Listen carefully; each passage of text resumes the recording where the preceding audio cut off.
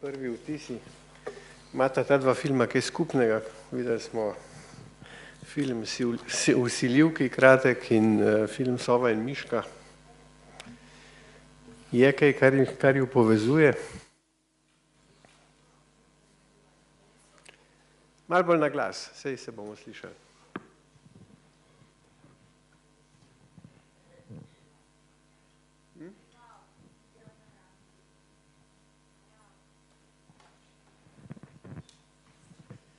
Zgleda, da bomo...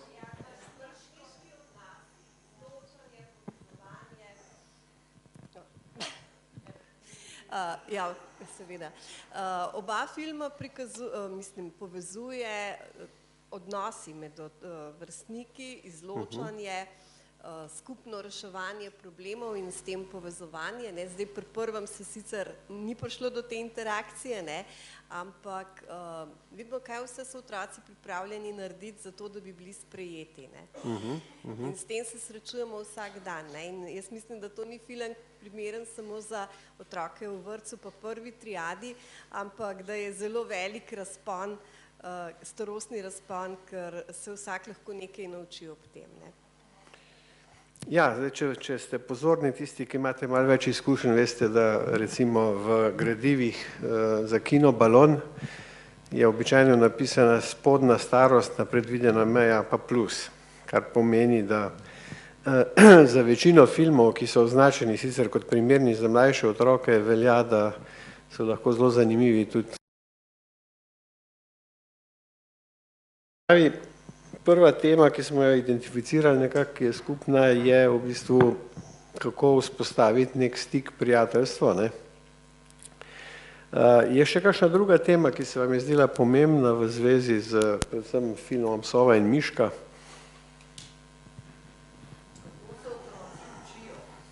Aha, kako se učijo?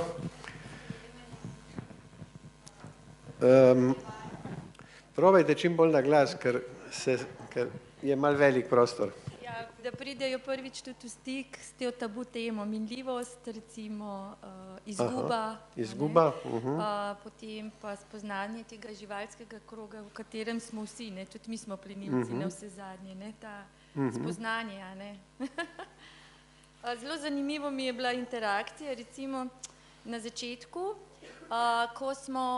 ko so odrasli videli, kako je miška zlezla otroku noter, je bila otrokom pa ful dober, ker smo jih imeli možnost spremljati. Le na koncu, ko so pa iz bljuka vlekli kosti, so otroci naredili be, pa nam je bilo čisto normalno, zdaj ne vem, to je zelo zanimiva taka prispodoba doživljanja. Kako so pa otroci reagirali na tisto jedenje gliste?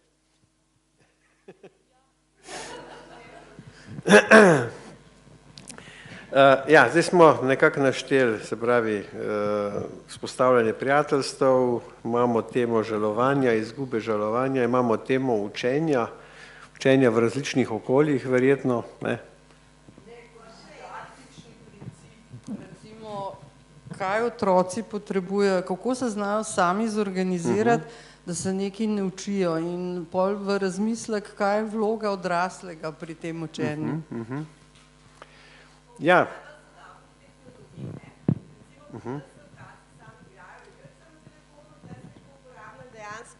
V raziskovalne namene. Tako da to se mi je zdelo tudi zelo pomembno sporočilo na tem otrokom, so gledali.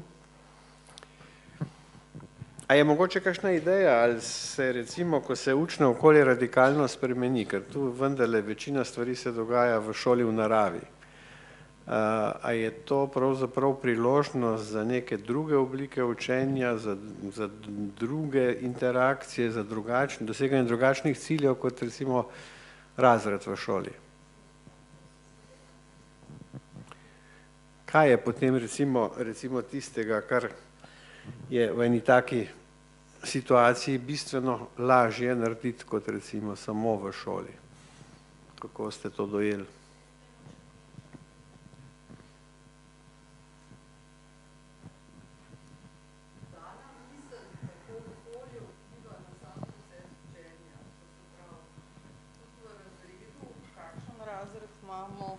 Kako ga oblikujemo, in seveda pol izven razreda, ne. No, ampak tu vendarle se zdi, da je ta res med tem, kar se dogaja v šolo in praktično naslednji dan, kar se začne dogajati v šoli v naravi, kar precej izrazit. En kup stvari se recimo zgodi v šoli v naravi, ki bi se jih težko predstavljali, da se bodo zgodili v recimo razredu. Ja? Ali pa ne. Se pravi, odvisno od tega, kaj se v razredu počne, če prav razumem. A to pomeni, da so izkušnje take, da je šola v naravi tako strahovito planirana kot pouk, ali kaj?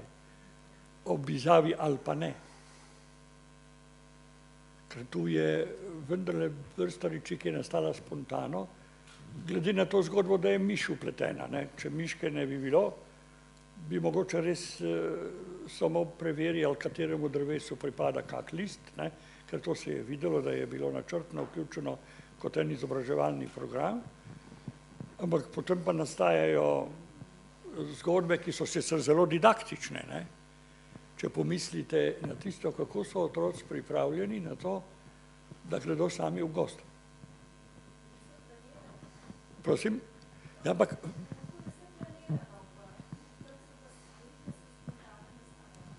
ja, tako, ja.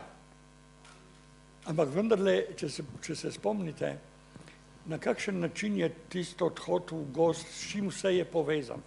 Meni se je tisto zdela čisto ena taka didaktična zgodba o tem, kako osvestiti otroke o tem, če že gredo v gozd, na kaj naj bodo vse pripravljeni.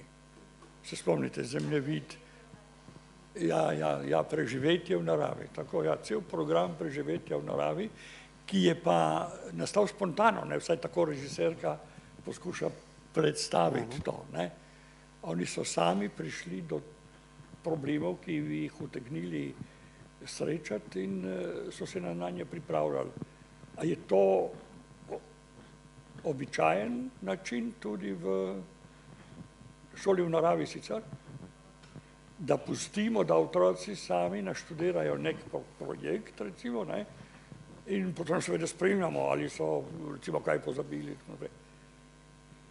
A je to pri nas ja ali ne? Ne.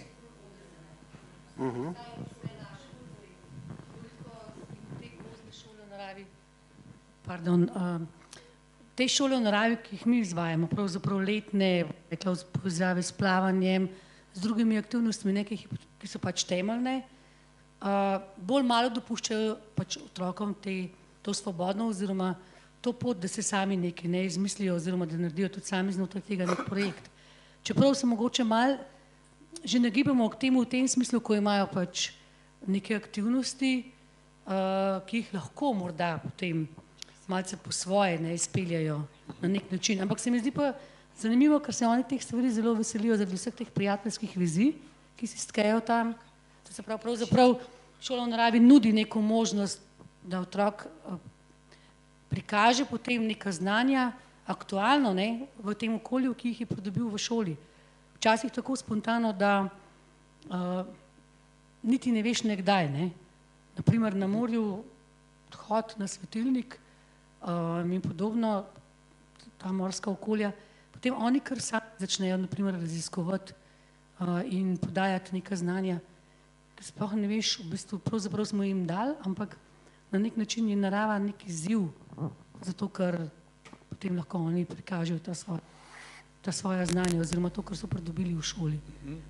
Je pa res, da ni tako usmerjeno k temu, da bi sami pripravljali kakšne projekte.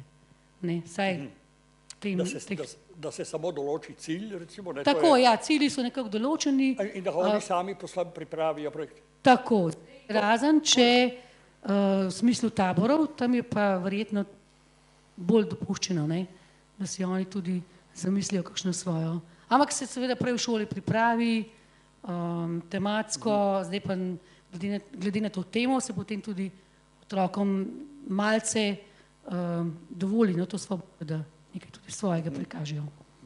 Hvala. No, očitno je, da seveda se lahko načrtovanje pravzaprav pedagoških aktivnosti odvija na zelo različne načine, ne, da so tu pristopi lahko silno različni, ne, reči pač, da bomo šli v šolo v naravi, da bo otroci delali, kar jim pade na pamet, ne, to si najbrž ne predstavljamo, ne, ampak da se pa začne zgodba načrtovanja pri premisleku, v kakšnem okolju se lahko zgodijo neke spodbude za učenje, kakšne teme recimo se porodijo v nekem specifičnem okolju, ali je to gost, ali je to, kaj jaz vem, neka športna aktivnost, ali je to recimo odhod v neko kulturno središče, to pa seveda je neka druga logika, ne. Jaz recimo intimno ne verjamem, da če bi se otrokom pustilo, da sami izoblikujejo neko ekspedicijo v neznano, ne, da bi, če bi vedeli, da je to pač pedagoška igra, vzeli zadevo tako zares kot tukaj, ko pravzaprav delajo nekaj na skrivaj, zato ker imajo pač nek cilj pred sabo, ki ga pedagogi ne smejo vedeti, ker ga ne bi nikoli odobrili, ne. Žal je to po moje najbolj verjetna razlaga, ne. Skratka, vzpostaviti situacije, ker gre za nekaj zares, ne da se samo igramo, ne da je to samo neka didaktična igra, ne. Naj ta igra še tako aktivna, pravzaprav nikoli ne bo tako delovala, kot pravzaprav ena situacija, ki te prisili pač iskati neke pravzaprav resne stike, resne odnose, resne dejavnosti, ne. Drugo, kjer pa je veliko neizkoriščenega prostora, po moje, pri dejavnosti, kakršne že imamo pri nas, pa je ta uvid, da pa vendarle poleg tistega didaktično pripravljenega, ne, je bivanje izven doma, brez nadzora staršev in v neki veliki skupini vrstnikov pa vendarle neka čisto naravna, pravzaprav drugačna socialna situacija, do katere recimo v razredu na šolskem dvorišču praviloma ne pride, ne. Se pravi, to učenje vzpostavljanja stikov, odnosov, kaj početi, na kakšen način, je pa vendarle pravzaprav v taki obliki, ne, pravzaprav postavljen nek prostor, ki je toliko zavarovan, da odrasli ne ponorijo od strahu, kaj se bo otrokom zgodilo. Več od tega pravzaprav pa ni potrebno, ne. To je recimo generacija, ki smo mi rastli, a ne, in so bile ceste, igrišča, travniki, bližnji gozdovi bolj varni, a ne, in smo nekako otroci se sami organizirali, kako se bomo igrali, svoja pravila smo določili, zdaj pa nekako starši kar posegajo in mislijo, da morajo posegati v igro otrok in jo voditi, ne. In mislim, da s tem, ko mislijo, da naredijo ne vem, koliko dobrega svojemu otroku, naredijo ogromno škode, ker mu ne omogočijo, da se sam uči, na lastnih napakah uči in v bistvu, da vsak pride do svojega potenciala, ne. Ker tukaj so bili zelo lepo izpostavljeni 4 otroci, različni otroci, se pravi, od tega, ki je bil nekdo, ki ni mogel hoditi, na kakšen način si je pomagal, pa drugi so mu pomagali, se pravi tudi barvno, a ne, deklice, dečki, tukaj je zelo fajn, da. Jaz se spomnim, mi smo te igre imeli okrog dvorišča, kaj je luč se prižgala, smo mogli priti pa gor, to je bila edina omejitev, ne. In to je bilo ta najlepše otroštvo, kar sem ga lahko imela. Dobro, ampak če razumemo šolo ali pa vrtec kot institucijo, ki naj bi pomagala, ne, pri vzgoji otrok, zanjo so vendarle primarno odgovorni starši, ne. Če se recimo v kulturno-civilizacijskem smislu način bivanja tako radikalno spremeni, da recimo ulica, dvorišče ni več toliko varno, da bi otroci lahko tam delali to, kar sem tudi konec koncev jaz še počel v mladosti, ne. Ali ne bi bilo smiselno, da razmišljamo, da se je s tem morala vsaj do neke mere spremeniti tudi vloga vrtca in šole? Da omogoči nekaj, kar žal pravzaprav čisto popolnoma spontano ne more več delovati. No, ampak težko je recimo primerjati, ne, čisto, pa sporejati čisto domače svobodno življenje in šolsko, ne, to si prej recimo povedal in to ste tudi zdaj vi nakazali, v tem pa ne samo zato, ker so se spremenila okolja, ker so okolja recimo postala potencialno manj varna. Niso vsa postala, ne? Tudi če vzamete recimo vaško okolje in šolo na vasi, tudi tam pravzaprav je težko razmišljati v tem smislu, da bi šli v popolno svobodo, ne? Recimo glede izbire nalog. Ko sem jaz prej zastavil to vprašanje, ali je kakšna razlika, sem pač mislil, da vsi razumemo, da dlje kot do zastavljanja nalog s poslanstvom ni mogoče iti. Ne? Se pravi, če malo komentiram, naloga s poslanstvom je pravzaprav to, da je otroku dana naloga, pri kateri je jasno povedan cilj, ki naj ga doseže. Bistvo je to, da jo ne didaktizirate. Tu se po mojem mnenju lahko razlikuje ta tradicionalna ali pa moderna šola, ne? Da prepustite didaktizacijo otroku. Ne? Ampak naloga je dana, poslanstvo mu je določeno. Ne, recimo, če to dlje od tega, da bi recimo seveda se odrekli definiranju naloge in poslanstva in prešli v popolno svobodo, to le konec koncev lahko pripelje blizu anarhije. Se pravi, to je vprašanje, ne, ali je možno iskati svobodo ali pa ustvarjalnost otroka v pedagoškem procesu, na kateri ravni. Na kateri ravni ga je možno iskati. No, jaz sem konzervativc, recimo, ne pa rečem, da ga v celoti ni mogoče iskati na vseh ravneh. Ne? Da na ravni ciljev, na ravni poslanstva je vendarle šola tista, ki je za nek okvir zadolžena in odgovorna, da ga realizira, ker če to ni, potem lahko v delo šole posega kdorkoli. Če bi šola recimo rekla, da je pravzaprav vse eno, kaj delamo, važno je, da je otrok ustvarjalen. Si lahko predstavljate, kakšno razmerje bi potem nastalo med starši in šolo, če bi taka pozicija bila. Ne? Zdaj imate težave, ki so registrirane o poseganju v strokovnost, ne? Kakšne bi šele bile potem. Tu je recimo po mojem mnenju iskati neko opredelitev, ne? Med tistim, čemu danes lahko rečemo stara ali nova šola, to je dilema skozi celo zgodovino, ne? Vsaka doba se loti problema stara in nova šola. No in tu je recimo zdaj prikaz seveda šel čez to, ne, glede na to, da je v filmu uvedena neka zgodba, ki pa ni instrumentalizirana s poslanstvom, ni bila naročena. Ne?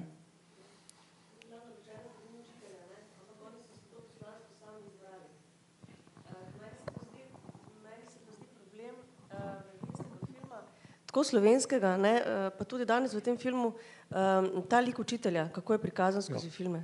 Zakaj je bila učiteljica zmedena? Zakaj ni mogla biti ena dokaj, sicer v ozadju učiteljica, ne, ampak zakaj zmedena? Ne? Da ne govorimo o tem, kako slovenski film prikazuje učitelja. Mislim, dokler bomo mi na filmih tako videni in prikazani, ne moramo razmišljati, da nam bo zaupano, da otroke drugače vodimo do nekega razvoja in tako naprej. Ne? Sicer sem pa hotela reči, da zdaj projekt MEPI je pravzaprav tisti, ki mladim ponuja, da v naravi si postavijo cilje in svoje poslanstvo in da se na ta način prikopljajo do nekih izkušenj. Ne.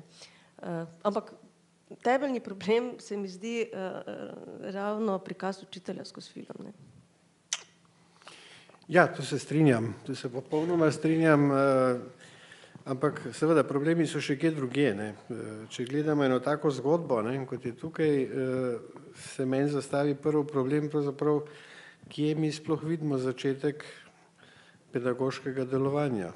Ali je to pač tista strukturirana naloga in potem suportiranje otrok, da znotraj te naloge nekaj naredijo in jih potem ocenjujemo, ne. Ali se začne pravzaprav prvo pedagoško vprašanje, ne, kakšna okolja, na kakšen način bomo vzpostavili, kaj želimo, da se v njih dogaja, ne? Koliko bomo dopuščali na eni strani tega, ne, ob tem strukturiranih ali pa nekih temeljnih ciljih, recimo improvizacije, spontanosti in tako dalje. Ne? Tu se mi zdi, da smo mi zelo, zelo kratki, ker so nas pač šolali v to, da moramo vsako dejavnost nekako ujeti v pač nek specifičen cilj, pa metode, pa potek, pa tajming je pomemben, pa rezultati so pomembni, pa to, da jih opazimo in ocenimo in tako dalje.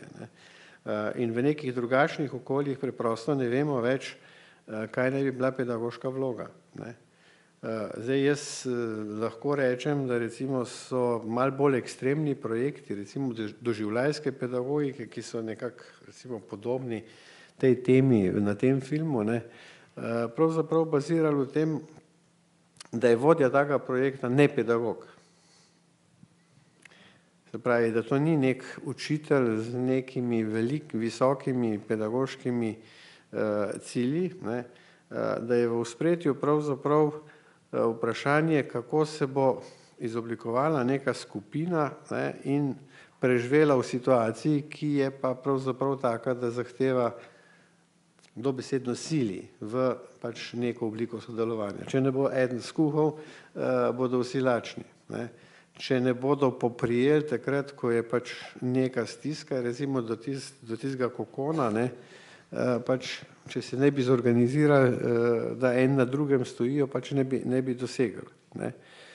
To so recimo principi take doživljajske pedagogike, ker je seveda v ozadju temeljna intenca vzpostaviti pravzaprav drugačen socialni prostor, ki te sili ven iz nekih stereotipov, vlog, ki recimo pogosto pravzaprav so velika ovira za to, da bi nastale neke nove socialne prakse, neki novi odnosi in da bi se v njih znašli tisti, ki imajo pravzaprav za obstoječim načinom velike probleme, ker so stalno izločeni. Pa se mogoče pravzaprav dajmo malček vrniti na to osrednjo temo, kako pa je to vzpostavljanje odnosov prikazano. Kaj se vam zdi, da so tisti glavne točke v zgodbi, ki kažejo najprej na te odpore, ki onemogočajo vstopiti nekemu na novo vsiljivcu v neko že znano okolje, na kakšen način se te odpori mehčajo, kaj se zgodi pravzaprav, da se naenkrat na koncu vzpostavi neka romantična podoba, da vsi ti otroci tudi na dvorišču, kar naenkrat se začnejo skupaj igrati. Bi poskušali identificirati tiste ključne točke. Zdaj, kaj so mogoče tiste glavne ovire v izhodišču, ki recimo nekomu, ki na novo stopi v prostor, ali pa nekomu, ki preveč izstopa od ostalih, recimo fantu, ki se pač zaradi poškodovane noge ne more gibati tako kot ostali, ali pa nekomu, ki ima očitno težave z socialnim prilagajanjem. Tu imamo zdaj 3 like, ki so akterji te zgodbe.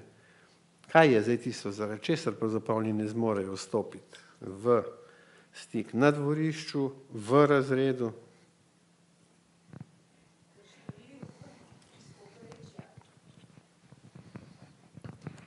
Tisto, kar imajo skupno, je to, da štrlijo ven iz povprečja. Jaz se vedno sprašujem, kako bi ti 4 otroci v našem vzgojnem izobraževalnem sistemu funkcionirali. Štrlijo ven.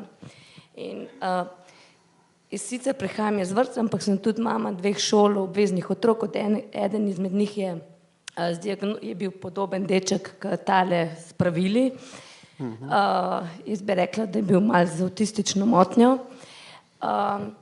Hočem povedati, da naša šola, naš vzgojno-izobraževalni sistem je naravnan na neko povprečje. In te otroci, te 4, štrlijo ven. In zdaj, kako jih učiti, kako jih spodbuditi, kako jim dati nekaj, da bojo preživeli v narekovanju. Tukaj je pa kar velik problem v naši šoli, se mi zdi. Kaj ste videli recimo tu kot neko tako medij, ki jih je spravil skupaj, ker konec koncev se kljub tej različnosti potem oni zberejo v lepo prijateljsko druščino in z zadnjim songom celo poudarijo to prijateljstvo v različnosti, v drugačnosti, kako je tisto že, Smo drugačni, vsi smo drugačni in smo prijatelji, Kaj je tu bil zdaj tisti medij, ki je jih spraviti skupaj. Miška, nekaj skupnega, nekaj nenavadnega, nekaj življenjskega. Ne? Da, nekaj skupnega. Ne? Nek skupni imenovalec mora biti. Ja, Drugače, drugačnost lahko deluje razdiralno, očitno. Ne? Tu pa je nek skupen cilj mora biti. Zunanji, to je bilo čisto zunanje. Lahko je celo zunanje, saj se posnemajo drugega. Ne? Če se spominjate tistih prizorov ene skupine, ne? In tudi na koncu ne? Poskušajo celo fizično posnemati drugega. Ne? Učijo. Ja. Učijo. To je zelo pomembno, drug od drugega. Ne? Ja. Nekako pride do interakcije oziroma vstopajo v svet drugega in se učijo. Ob nekem skupnem cilju. To je zelo pomembno. Ja? Ja. Če tega ni, če tega mobilizacijskega faktorja, neka viziva ni, potem je vprašanje, recimo, kaj se najbrž ne bi bilo, ali je to, kako to vidite v šoli, recimo, v vsakdanjem delu. Ali je lahko, da jim vi sugerirate kot vzgojitelji cilj, nek skupen cilj v primeru, ko opažate, da se nek kolektiv pretirano deli ali pa da nastajajo znotraj neke skupine, da nastajajo tenzije, ali je učinkovito takrat ponuditi kako skupno stvar, ja ali ne, ali imate te izkušnje, to prakso?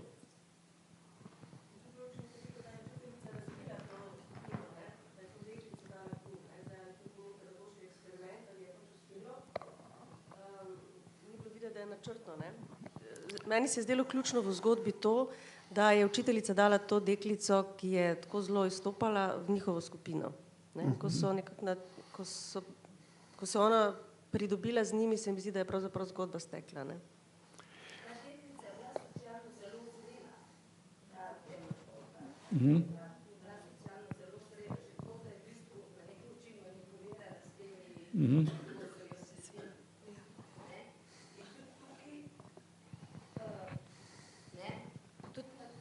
Še enkrat, če ponovim, ta temnopolta deklica je bila socialno zelo zrela, že na nek način je manipulirala temi mlajšimi okrog sebe preko plesa to.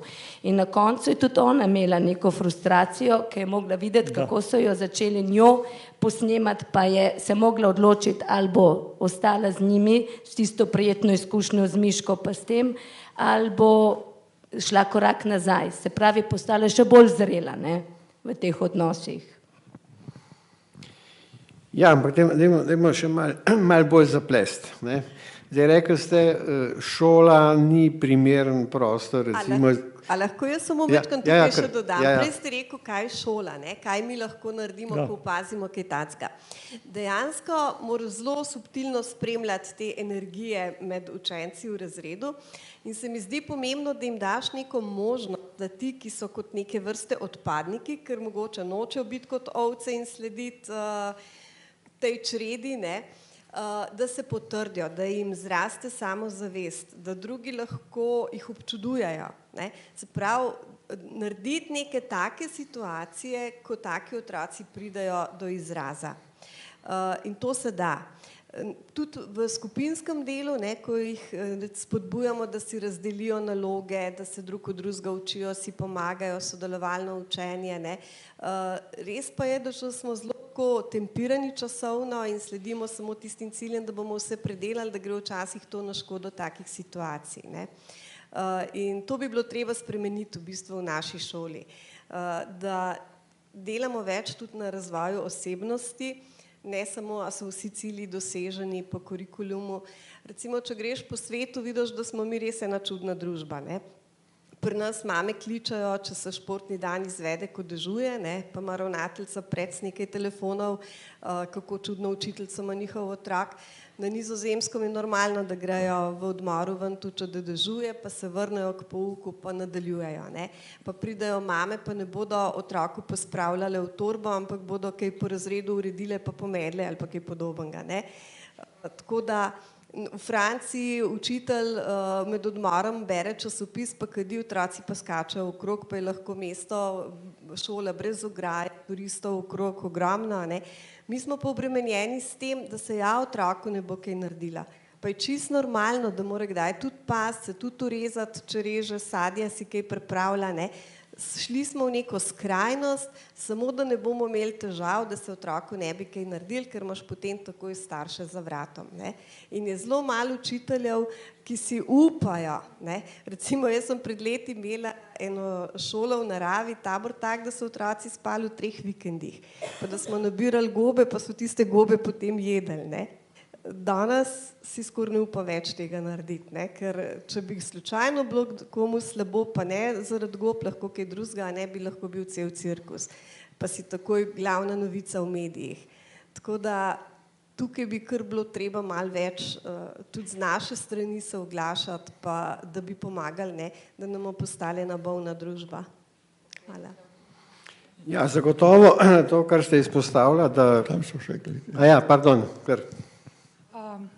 To je v bistvu zdaj, kar ste povedali, tudi odgovor verjetno to, zakaj nas družba vzgojiteljev, učiteljev vidi tako zmedene in tudi prikaže na filmih kot neko zmedeno bitje, ki se ne zna odločiti, ker nikoli ne ve, če dela po pravilih.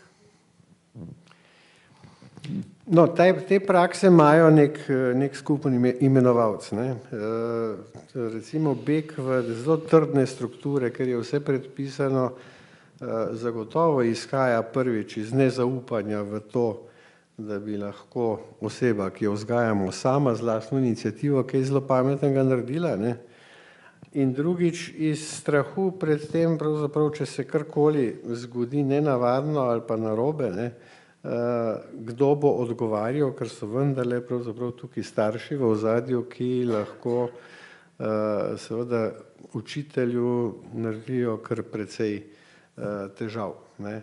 Tako da različni strahovi, ne, so tisti, recimo, ki pripeljejo do tega, da je najbolj varno, najbolj ugodno delati po strukturah. Ampak pejmo en korak nazaj, malo še zapletmo. Ne. Zdaj je nekako prišlo iz vas to, da je šolsko okolje tisto, v katerem otroci, ki štrlijo ven zaradi neke posebnosti, imajo težave z vzpostavljanjem socialnih stikov. Ampak tukaj se film ne začne v šoli, začne se na dvorišču.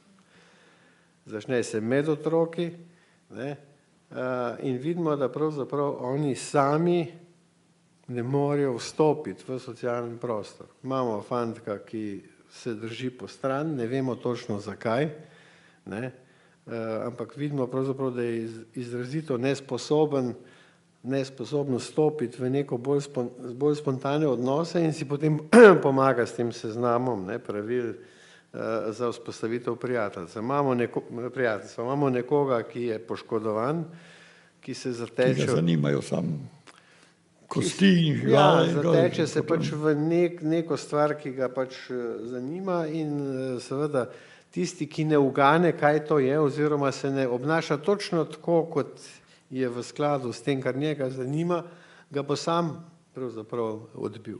Ne. Tudi ta fantek, ne, ki je bolj ob robu, bo sam odbil vsega, ki ne upošteva vseh pravil. Ne. Imamo neko večino, ki pač je pač vzpostavila neko normo socialne igre, ne. In ne samo pravzaprav, da lahko sodelujo samo tisti, ki posnemajo. Ampak nekdo, ki je na novo prišel, še posnemati ne sme. Ne?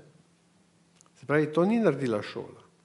Ne? Strahovi pred drugačnostjo so očitno pravzaprav nekaj, kar se pojavlja tudi izven institucije.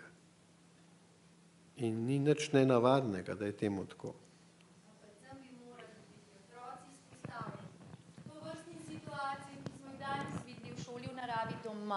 Problem je v tem, ko družine več nimajo časa za take oblike dela, za sprehode v narave in to se začne glavni problem. V bistvu mene prvega izkustvenega učenja sem se naučila doma, ker so mi dovolili, ker so mi dopustili, ker so mi dali možnost, da sem imela takšno okolje, v katerem sem pol te stvari lahko razvijala. In zdaj narediti neko, tudi šola v naravi je v bistvu potem umetna vzpostavitev nečesa, kar bi se moralo dogajati v mladosti otroka vsak dan. Zato je tudi tisto dvorišče od začetka. To je današnje okolje otroka, ker se mu v tisti okolici zelo ponuja malo možnosti za neko izkustveno učenje. Pri nas v mestu pa sploh, ker že zdavnaj parkirišča niso tako prazna kot pri njih. Tako da se mi zdi ta ključen problem razpadanja osnovne celice, in to je družine in vzgoje, ker starši nimajo več časa. Ko pridejo v šolo hiter, ko pridejo po otroka hiter, ko ga peljajo popoldne na dejavnosti, ga oddajo od vrat do vrat, sami se lovijo v družbi, v službi, veste, da morajo preživeti, ne? To se mi zdi glavni problem naše družbe. Razpad družine kot enote nasploh. In te vrednote bi morala družina dati otroku prvo in potem se tudi najde deček, ki bi znal preživeti v naravi, ker bi to prinesel od nekoga, ki ga je na to napeljal. Saj mi v šoli se tega ne učimo, razen šoli v naravi. Tako da gre za način življenja. Ampak lahko sprejmete recimo to tezo, ki ste jo ravno kar razvili, v šoli tega ne delamo, razen v šoli v naravi. Gre za preživetje, za tisto, ki smo ne govorili, da tega ne delamo, seveda poučimo, ampak ne gre za izkustvo, gre za pripoved, za pogovor, gre za razvoj, gre za neko umetno vzpostavljeno okolje ali pa kako bi temu rekla, priložnost, v kateri potem otrok izkaže te stvari. O preživetju se učimo v šoli? Kje?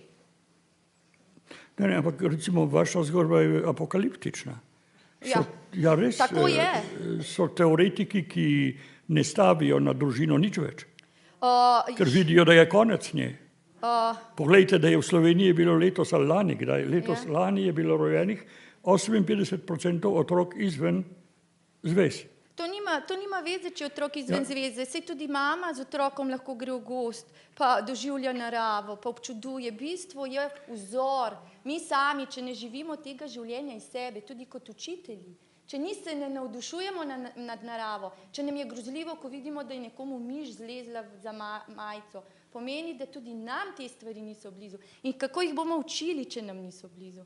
Mi sami smo tisti prvi vzor življenja, ki to počnemo, da lahko to dajemo naprej. In tukaj ne gre za razpad družine, gre za bistvo, da nimamo časa, nimajo časa preživetja na ta način z otrokom. Razen 14 dni med počitnicami, mi učitelji imamo vsaj to srečo, da smo z njimi lahko. Torej, družina ali ne družina, ampak časa nima, tudi če vas prav razumem, tudi mati samohranilka nima časa, da bi z otrokom posvetila. Načeloma se pravi, vsi sistemu to, da nimajo časa, ampak pravim, da si ga je treba vzeti in da bistvo je primarne vzgoje, potem pa sekundarno lahko nadaljuje tisto, kar je nekje že dano.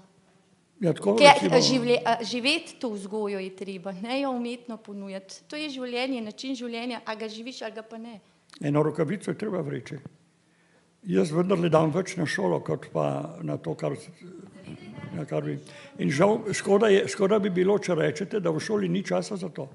Če je to res, recimo, da je šola kompletno podrejena, recimo zdaj cilju, učnemu, izobrazbenemu cilju.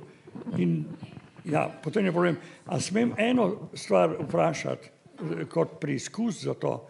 Tam je o naravi in njeni vlogi kupenih izjav. Če se spomnite v tistem songu, ki je na sredi, pa je potem ponovljen na koncu. Zakone narave je treba sprejeti. Narava je krivična, kjer eden zgubi, drugi dobi. Takšna je pač mati narava. Lepo vedenje ji ni mar. Miške živijo dolgo v ujetništvu in tako naprej, pravico ima doživeti naravo. To so dosti grobe teze, recimo kako otroku te starosti, ali je v šoli čas za take teme? Recimo, ali je v šoli čas za take teme? Jaz bi rekla, da v bistvu je, ampak mi moramo v glavah tudi spremeniti ta način pogleda oziroma tudi način poučevanja. Pravzaprav je tako, mi smo bili imamo že malce več let za sabo, pahnjeni nekako v to, od tega, da smo delali v naravi z otroki, da smo hodili kar veliko ven v naravo, do tega, da smo prišli do tega klasičnega pouka, ki se ga večino časa izvaja v razredih. Čeprav smo obdarjeni z naravo, recimo naša šola je obdarjena z naravo peš, grem lahko ven, kadar želim, zelo hitro sem lahko zunaj in izvedem kakšno stvar. Ampak nekako so nas prisilili s tem samim šolskim sistemom, da smo to odrinili od stran. In jaz mislim, da je predvsem treba dati danes priložnost otrokom, tudi če je to 1 šolska ura v enem tednu, če se da le tudi več, a ne, marsikatero učno uro lahko izpelješ pred razredom, marsikatero stvar lahko ponudiš na ta način, da otroci v bistvu raziskujejo naravo, da pridejo do teh rezultatov, to, kar ste vi zdaj prebral. Ne, to so res krasne teze, ampak dejansko smo tem načinom, z rezultati, z učnimi načrti in ko narediš ti samo klik v glavi, da je potrebno delati drugače, da lahko tudi na drug način prideš do teh rezultatov. Potem pa po drugi strani pa tudi to, da je družba sama naredila to sliko, da smo mi obremenjeni s tem, kaj bodo starši rekli, kaj bo, če se bo to zgodilo, kaj, če se bo ono zgodilo. Pač potrebno se je zagovarjati in če stojiš za svojimi stališči, za svojim načinom, za svojim delom, potem se tudi da. Ampak ni pa enostavno, a ne? Ker če bi mi to delali konstantno, potem so otroci tudi tega načina navajeni. Tudi starši se potem navadijo. In točno vedo, tja bodo šli, oziroma to se bo dogajalo, nima me kaj skrbeti. Ampak dejansko je res tudi to ena izmed večjih ovir. Krasno, mi se vsi navdušujemo nad tem, ampak ni tako enostavno. Če jaz hočem samo malce bolj stran od šole, moram imeti spremstvo, moram, ne vem. Skratka, če ne sem lahko, nam rekla, prijavljena ali karana, kakorkoli že, rabiš pogum, ampak mislim, da je treba narediti ta klik in začeti. Začeti drugače, če tudi učni načrti so še vedno nespremenjeni, čeprav nam samo obljubljajo, kaj lahko delamo, kje lahko delamo po svoje, ne? Ampak ni tako enostavno, ker se moraš zagovarjati. Moraš pa stati za svojimi stališči, za svojim delom in se da. Jaz sem pripričana, da sem da, ker sem že marsikaj izvedla na ta način in se da. Lepo. Počasi, po korakih. Ne? Se pravi, vendarle je potem nekaj, kar si sicer želite, ampak kar vidite, da je v sedanji konstrukciji in zahtevah, ki se postavljajo pred šolo, praktično težko uresničljivo, ne da bi tvegali kakih očitkov, da se pravzaprav oddaljujete od nečesa, kar je vaš kurikulum, kar so in tako naprej in tako naprej. Ja, če za to v šoli ni časa, potem človek lahko razume, zakaj šola izgublja zaupanje. Tudi pri otrocih, mislim. In v to je prisiljena, človek razume to stisko.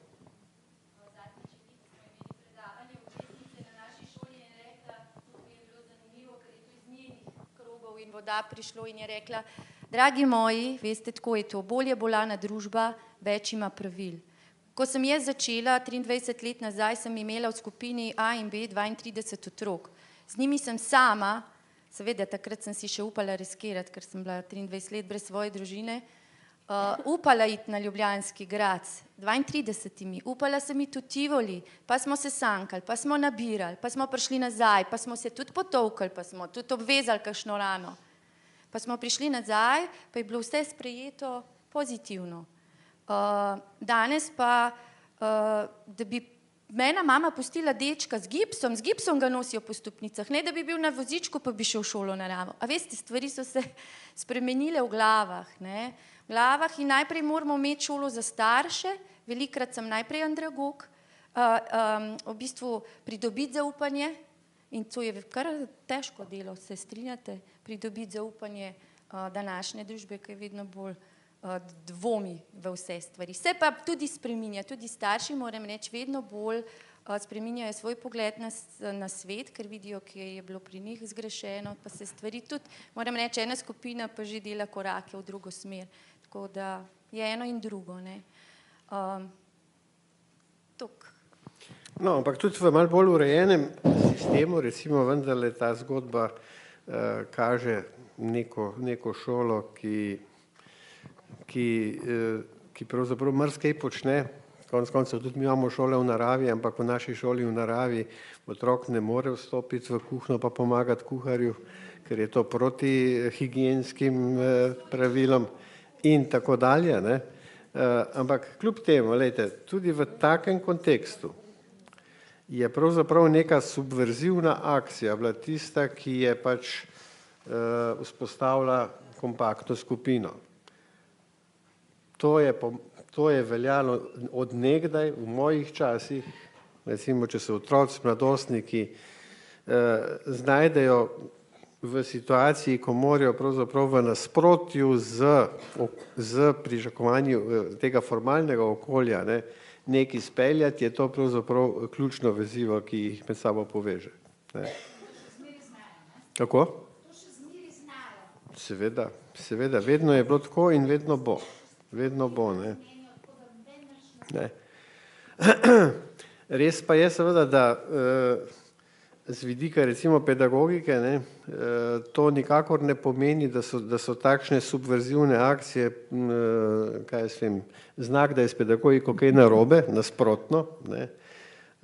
Če imaš malo socialnega znanja, bi se moral zavedati, da zbiraš okolja, v katerih veš, da bo do takih izpadov prihajalo, ampak veš, da moraš biti zraven samo toliko, da te izpadi ne postanejo preveč nevarni. Tudi to je treba vzeti v zakup. Meni ena ljubših knjig iz zadnjega obdobja, recimo z področja teorije vzgoje, se imenuje Beautiful Risk of Education. Čudovito tveganje vzgoje. Ker avtor pač zelo jasno pove, če boste delali vse po šablonah, vse po nekih strogih načrtih in standardih, če se boste izognili tem tveganjem, pravzaprav potem tudi tistih najlepših in najbolj plemenitih ciljev nikoli ne boste dosegli. Zadeva je pač taka, ne more biti drugačna. Ampak dajmo še enkrat pravzaprav pogledati,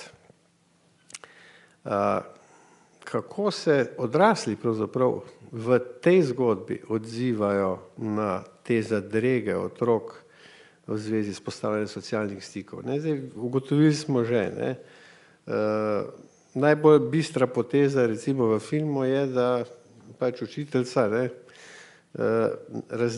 razdeli otroke pravzaprav v sobe na način, da jih prisili k nekim stikom take, ki drugače ne bi imeli.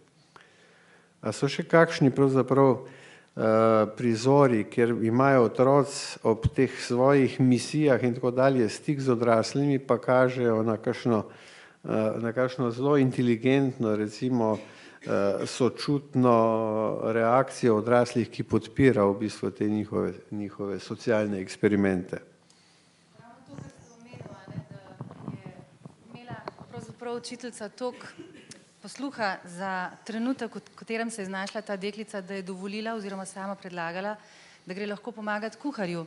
Ni bilo ne levo, ne desno, ampak nekaj srednjega, ker je can I do something else, ne?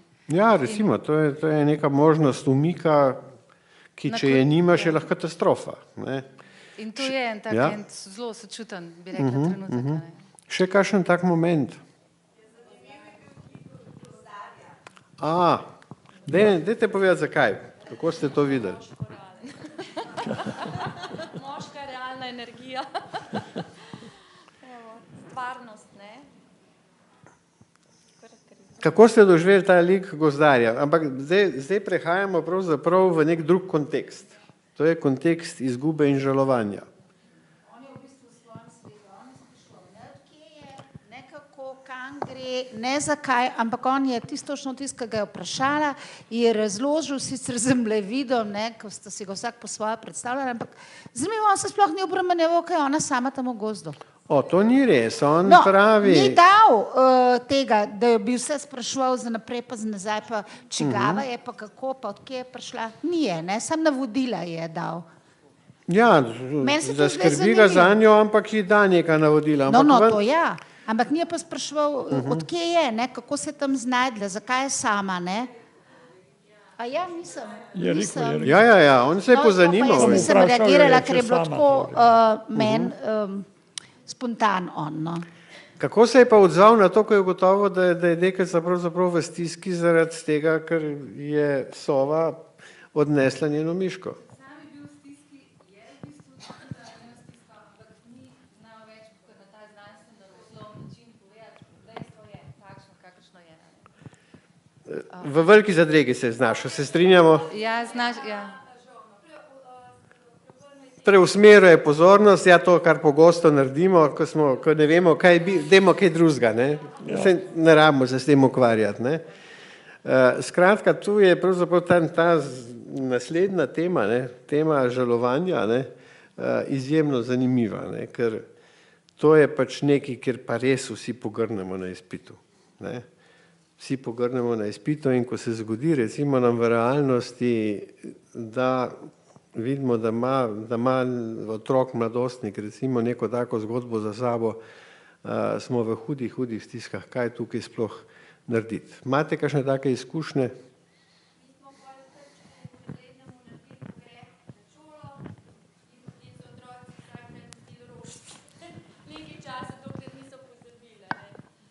Pravim, smo imeli še živi kotiček, dokler niso bile na sporedu alergije na živalsko dlako, ne, v razredih. In ko smo imeli hrčka, ne, ko je poginil, seveda od starosti, že pri 3. generaciji, da zelo dolgo je doživel.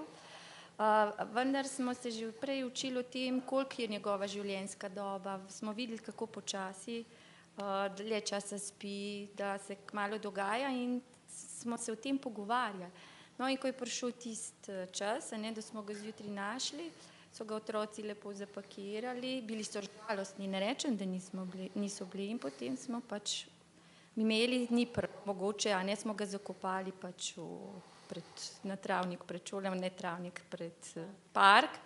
No, in tako so vedeli, kje je, nekaj časa so še mu nosili stvari, potem pa je enostavno ta spomin zbledel. No, ampak smo šli skozi to. Govorim o živali, ne govorim potem o človeku, ampak jaz mislim, da tudi potem izguba česa, lahko marsikdaj navežeš na to, da otroci začnejo sprejemati te manjše izgube, potem lažje predelajo bolečino v večjih. Ja, procesi žalovanja so zelo podobni, pravzaprav niso kaj bistveno različni, če gre za hišnega ljubljenčka, če gre za neko zelo bližnjo živo osebo, nekoliko oddaljeno živo osebo. Konec koncev tudi, če gre za izgubo prijatelja, ne da je umrl, ampak recimo izgubo varnega prostora, ne.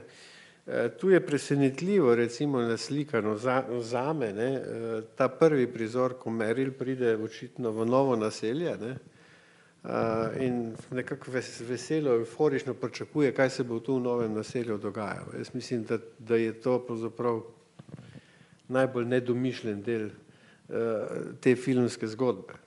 Ker za otroka je takšna selitev, sploh pri 6-7 letih, ker pričakuješ, da je seveda imel nek svoj svet, neke svoje socialne stike, je pravzaprav isto, kot da ti je nekdo umrl.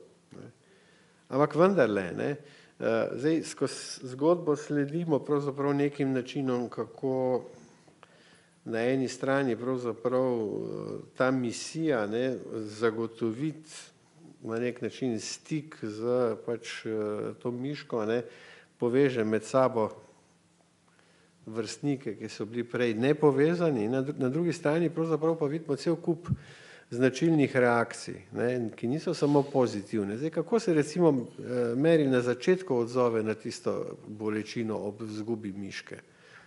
Kako se to kaže pri njej? Jezna je na prijatelje, češ vedeli ste, pa mi niste, pa ne, še kaj. Umakne se, noče se družiti. Domov bi šla. Ja, domov bi šla. Se pravi, gre za tisto značilno obrambno reakcijo, ne. In kaj je zdaj tisto, kar jo pravzaprav vrne nazaj v pač neko normalno obliko žalovanja? Kako? Ne slišim. Ja, tam je, pomislite na en dialog, ki ga je ona imela z ono Deso in Vitom. Ob vprašanju, ali je Jason kriv. In sta je oba odgovorila, da ni kriv. Ne, meni se zdi pa, da se je takrat nekako zasukalo in da je potem prišla do tiste izjave, da jo ne bi pozabila, da je treba nekaj narediti, da jo ne bi pozabila. Ne, in zato so šli iskati izbljuvek. Ker je hotela izbljuvek dobiti, zato to je bistvo žalovanja, ne? Da pravzaprav ohraniš nek stik z tistim, ki je pač izgubljen, ki se ga izgubil. In tu se mi zdi, da je zveza bila s temi, da je najprej hotela pravzaprav to z neko gnevom, to je zdaj moja razlaga, oprostite, da sem jaz, od tega si to bi pravzaprav vi morali, ampak meni je tisti detalj, tisti dialog tam, tisti vložek, da je on kriv, to vprašanje, pravzaprav ravno to pomenilo, da je ona razčistila s tem in je to navezano bilo tudi na to, dogaja se v naravi. Ne? Eden zgubi, drugi dobi. Ne? To je zadaj je ta filozofija, zdaj pustimo to filozofijo, ki jo avtorica mogoče malce poenostavlja. V tej točki meni se je to zdelo, recimo, nekako ena dosti šibka točka, ki je tudi vprašanje, recimo, koliko je otrok pri tej stopnji lahko razume ta zakon narave, krutosti kot vzroka izginjanja in izgubljanja. No, in je potem prišla do te rešitve, da želi imeti njen ostanek, izbljuvek želi. Ne? Kar je čisto najbolj normalna človeška reakcija pravzaprav od otroštva naprej, ne? Skratka, ohraniti stik na drugačen način, kot je bil seveda do takrat, ko je to bitje bilo živo. Ne? Tu je nekaj takih recimo načel recimo zdravega žalovanja, ki si jih lahko ob tem filmu pravzaprav tudi zelo dobro pogledamo. Ne? Zelo pomembno je pravzaprav v žalovanju, v kakšni smo socialni mreži. Ne? Če imamo možnost znotraj svoje socialne mreže pokazati, da žalujemo in to početi na način, da nismo pretrgali stikov, nasprotno, pravzaprav, da se te stiki lahko celo ukrepijo, nam bo to silno pomagalo. Ne? Tukaj v tem filmu vidimo, da to na izjemno dober primer pokazano. Ne? Nadalje seveda, da imamo sploh čas pa prostor, da pač to izgubo izžalujemo. Ne? Tu si ga otroci v bistvu ugrabijo, ne? Da tako rečemo. Oni naredijo ekspedicijo, misijo, zato da si vzamejo pač ta manevrski prostor. Ne? Zdaj vprašanje, kaj bi bilo, če bi seveda pedagogi izvedeli, kaj se je zgodilo in kako bi sami odreagirali. Vprašanje, če bi odreagirali vedno samo slabo, ne, v zadregi, lahko konec koncev, da bi tudi kaj drugega pogruntali. Ampak tu je pač zadeva bila taka. Ne. Nadalje pravzaprav je pa pomembno to, da z pač to osebo ali pa tem bitjem, ki ga ni več, pravzaprav vzpostavimo drugačen stik, kot je bil do takrat, ko je bil. Ne. In za nek simbolni pokop ali kaj podobnega, pravzaprav je ta način. Ne. Mi ga lahko ohranjamo v mislih, lahko za nas ni pravzaprav preprosto izginil, ne. Ampak nam tu izjemno pomagajo pravzaprav neke take prakse, kot so recimo neki simbolni pokopi, kaj se jim, tudi način recimo izražanja čustev, spominov recimo in tako dalje. Ne. In tu se mi zdi pravzaprav, da je ta film dosti dobro pokazal, da zmorejo otroci, kar jaz ne verjamem, da se je režiserka tega lotila na nek znanstven način, ne, pa vse preštudirala, pa potem to nekako vključila v zgodbo. Bolj se mi zdi pravzaprav, da je morala imeti neke izkušnje, da je ta proces pravzaprav tako plastično pokazala. Ne. Ampak to je pravzaprav najbolj pozitivna na nek način ves čas linija te zgodbe. Ne. Način, kako v bistvu otroci skupaj speljejo ta proces žalovanja, je pač nekaj, kar bi recimo odrasli zelo težko zmogli boljše. Kako?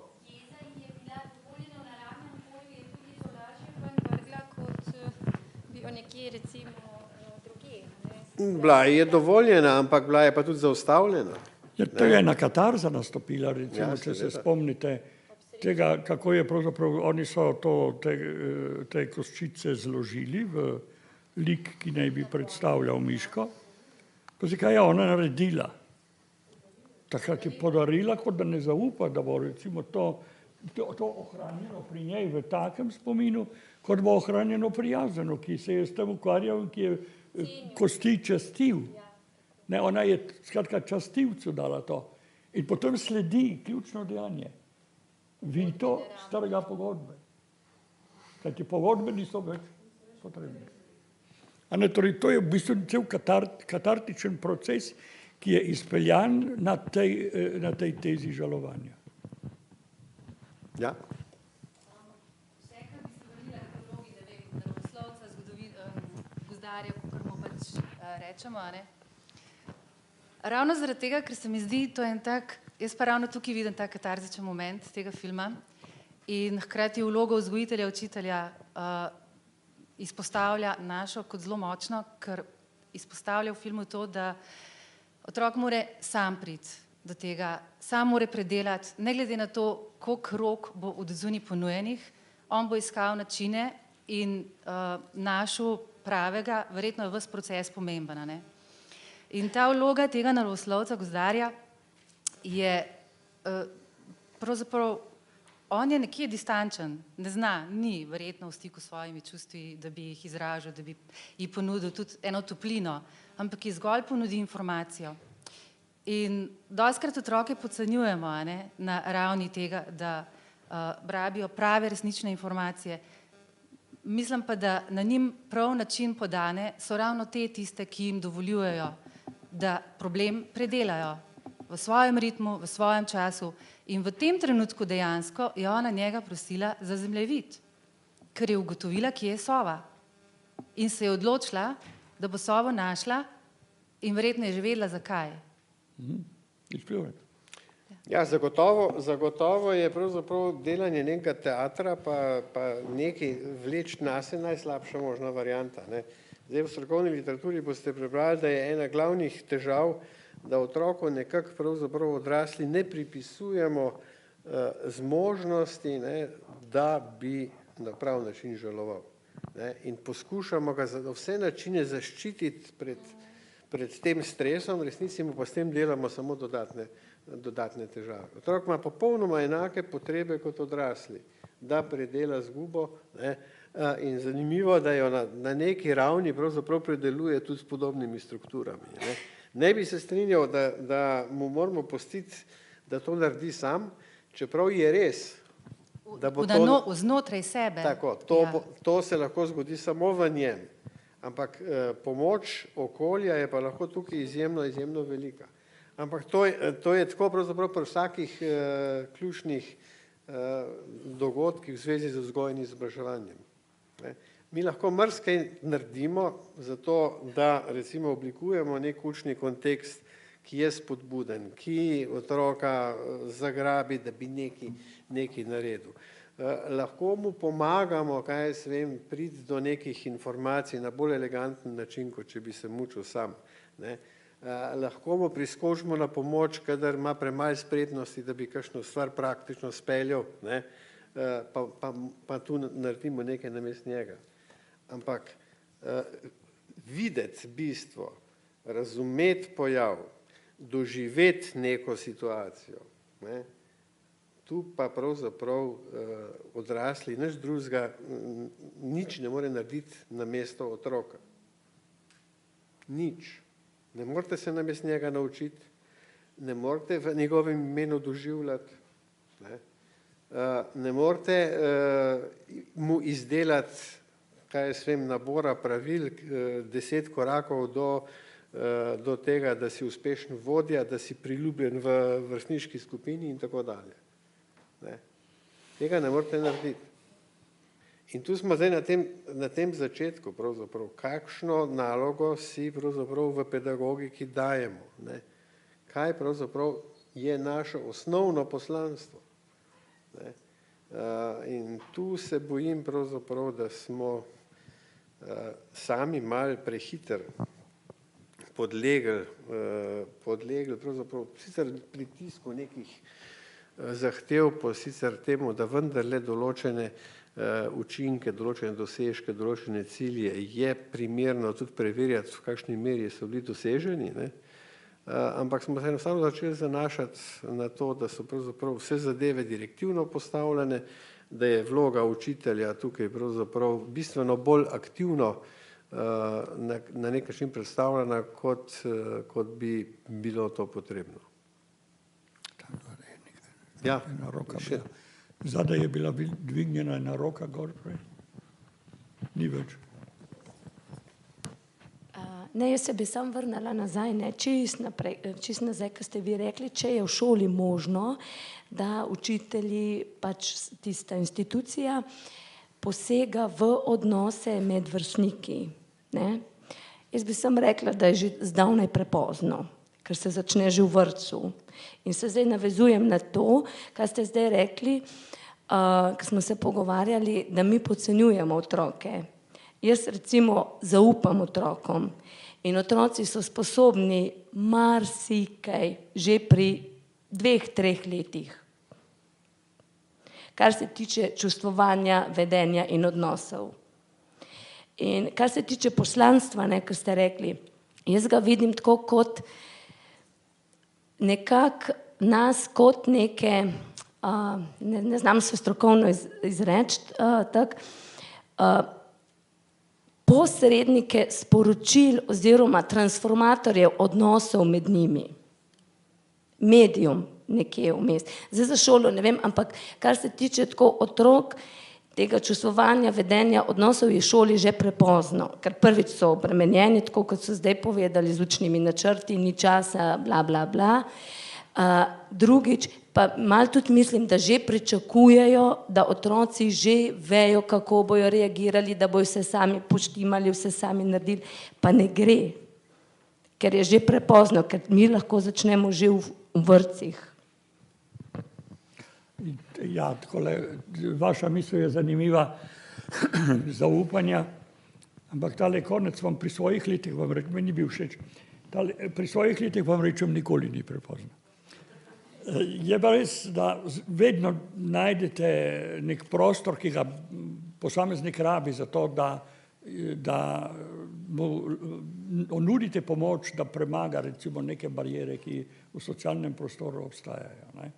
Res je, da ne morete več graditi tistega, kar čutite vi, da lahko delate v vrtcu. Jaz to težko razumem, recimo, jaz sem pač učil v osnovni šoli in imam občutek, da je takrat otrok že stabilen, a vendarle zelo plastičen.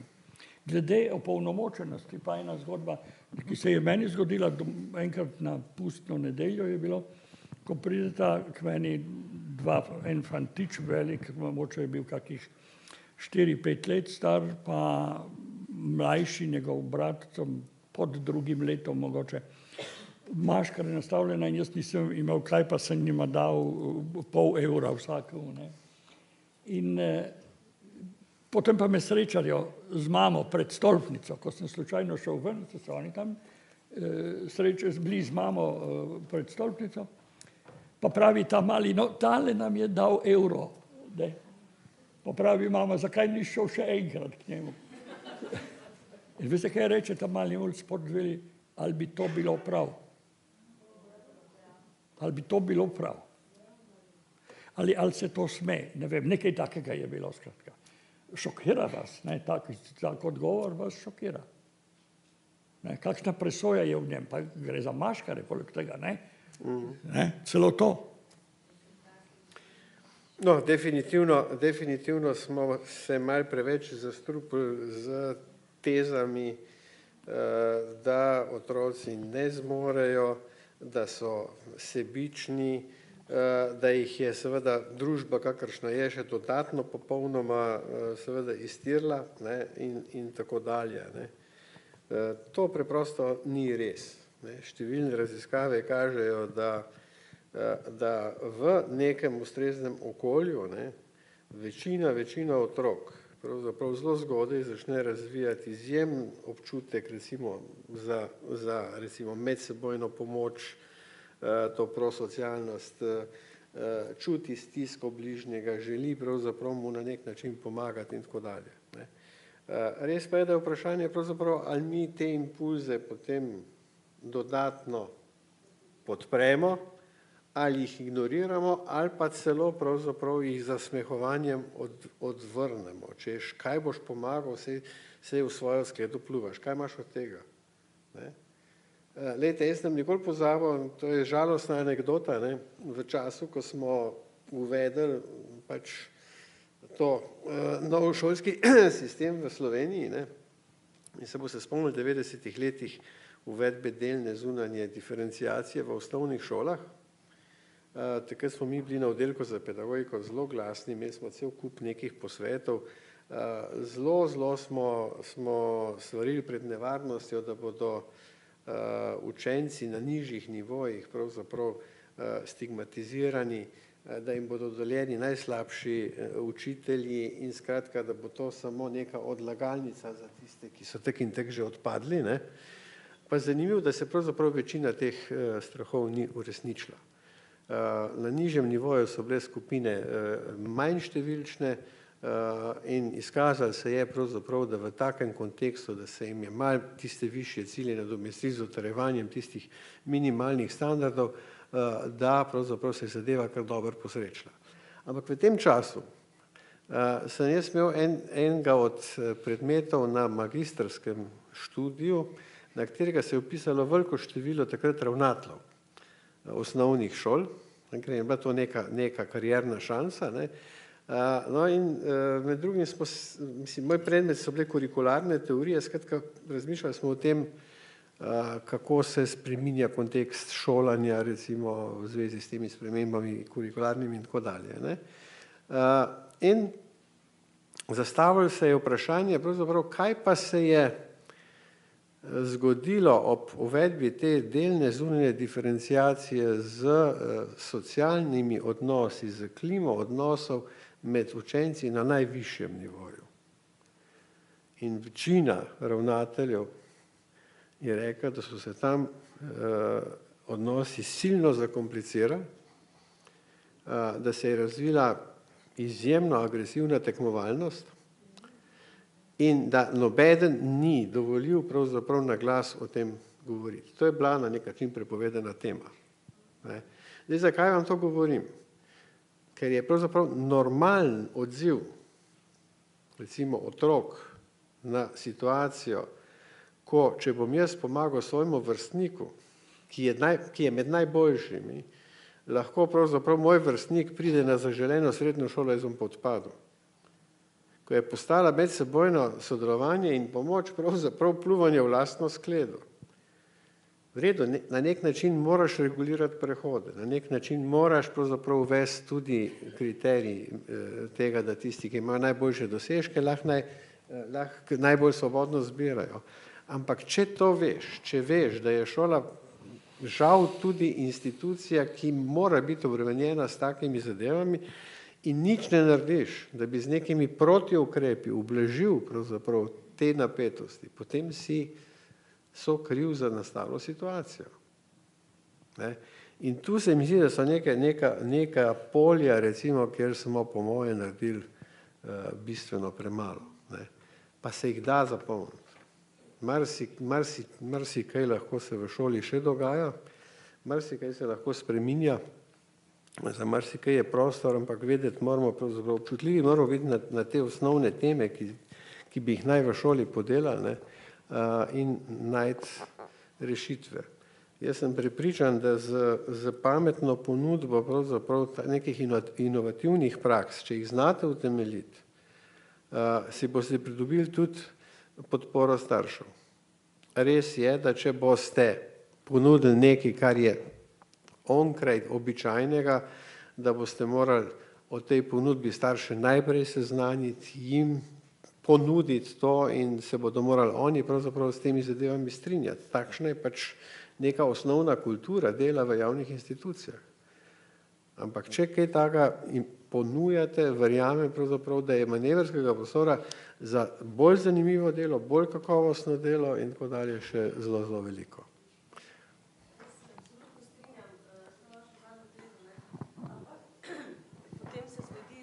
Da dejansko da pravzaprav pedagog mora več energije posvetiti temu, da starše prepriča, da bodo otroci recimo zmogli nek cilj in da neke zahtevane naloge niso previsoke in tako naprej. Ne. Tako da meni ne strinjam se z vašo tezo, da pravzaprav pedagogi vidimo otroke kot nemočne, manj sposobne ali nekaj podobnega. Ne.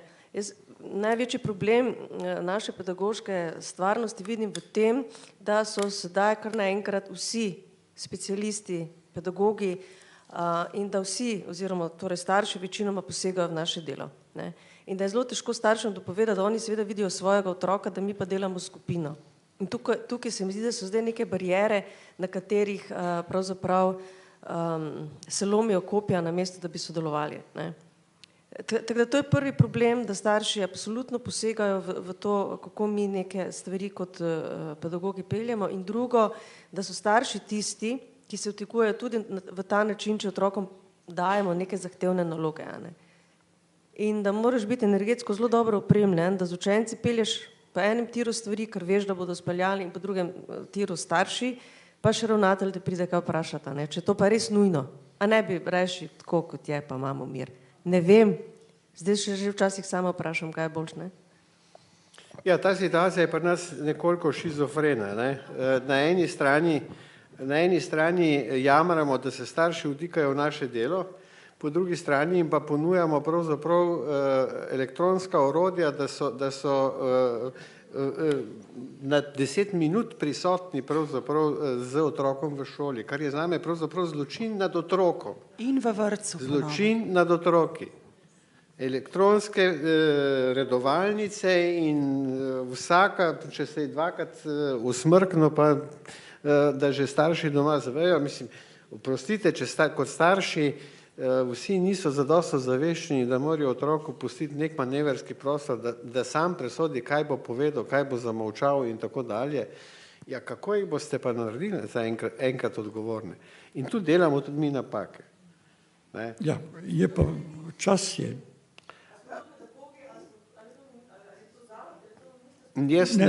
Čas je tudi tak, čas je tak, da je odnos do javnih služb itak odprt na celi fronti. Vi ste recimo pri posameznih primerih recimo ugotovili iz naše letošnjih dogodkov, da so se spuščali celo v tem, kako gasilci gasijo stolpnico, ki je v Domžalah zagorela. Ne. Skratka, ker so recimo ob tem pač povzročili recimo škodo na spodnjih nadstropjih. In gotovo je, da so ljudje reagirali. Skratka, vidite, kako je v zdravstvu, vidite, kako je to. In tam, kjer so recimo institucije, ki so še hermetično zaprte, recimo, ki ne pristajajo na to komunikacijo, tam je stvar še hujša. Vzemite sodišča, vzemite proteste pred vlado in tako naprej. Ker ni komunikacije. Torej, jaz sem prepričan, da v komunikaciji lahko rešujete marsikako stvar. S tem, da so pravila vendarle dosti jasna.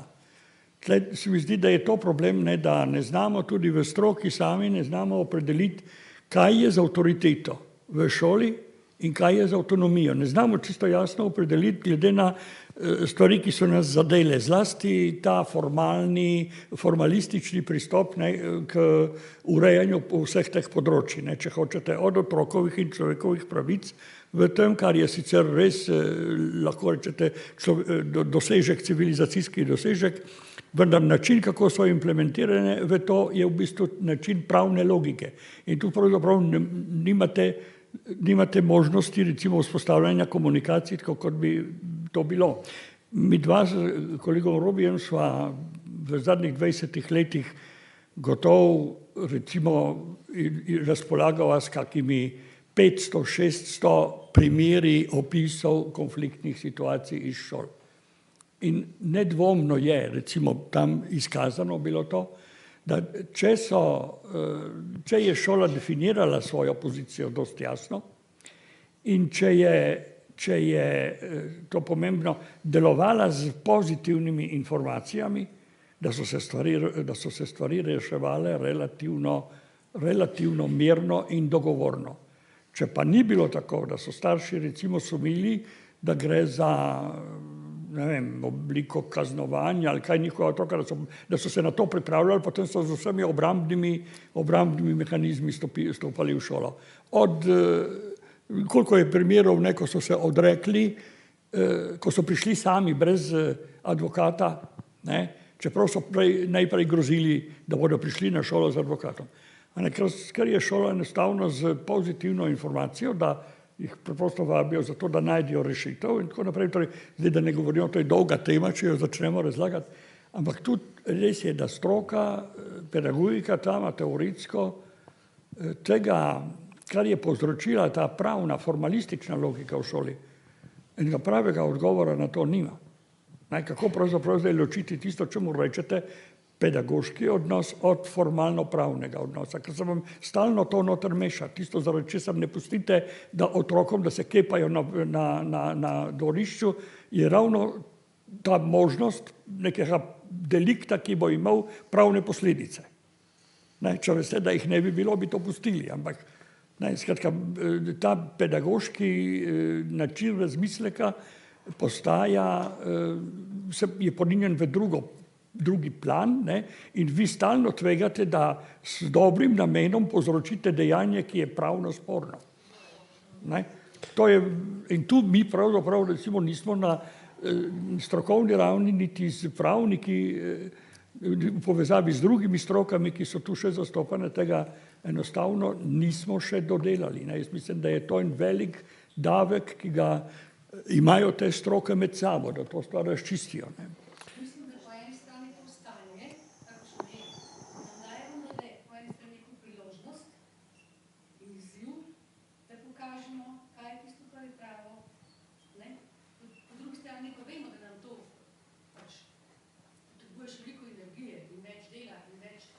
To je res.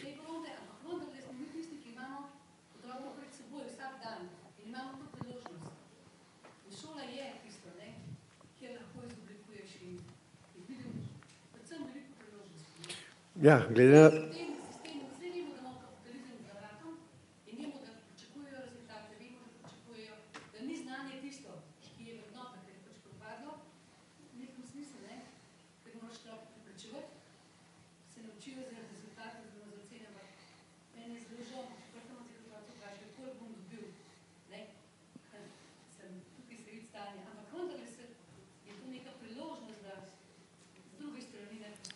To upanje bi lahko bila dobra zaključna misel.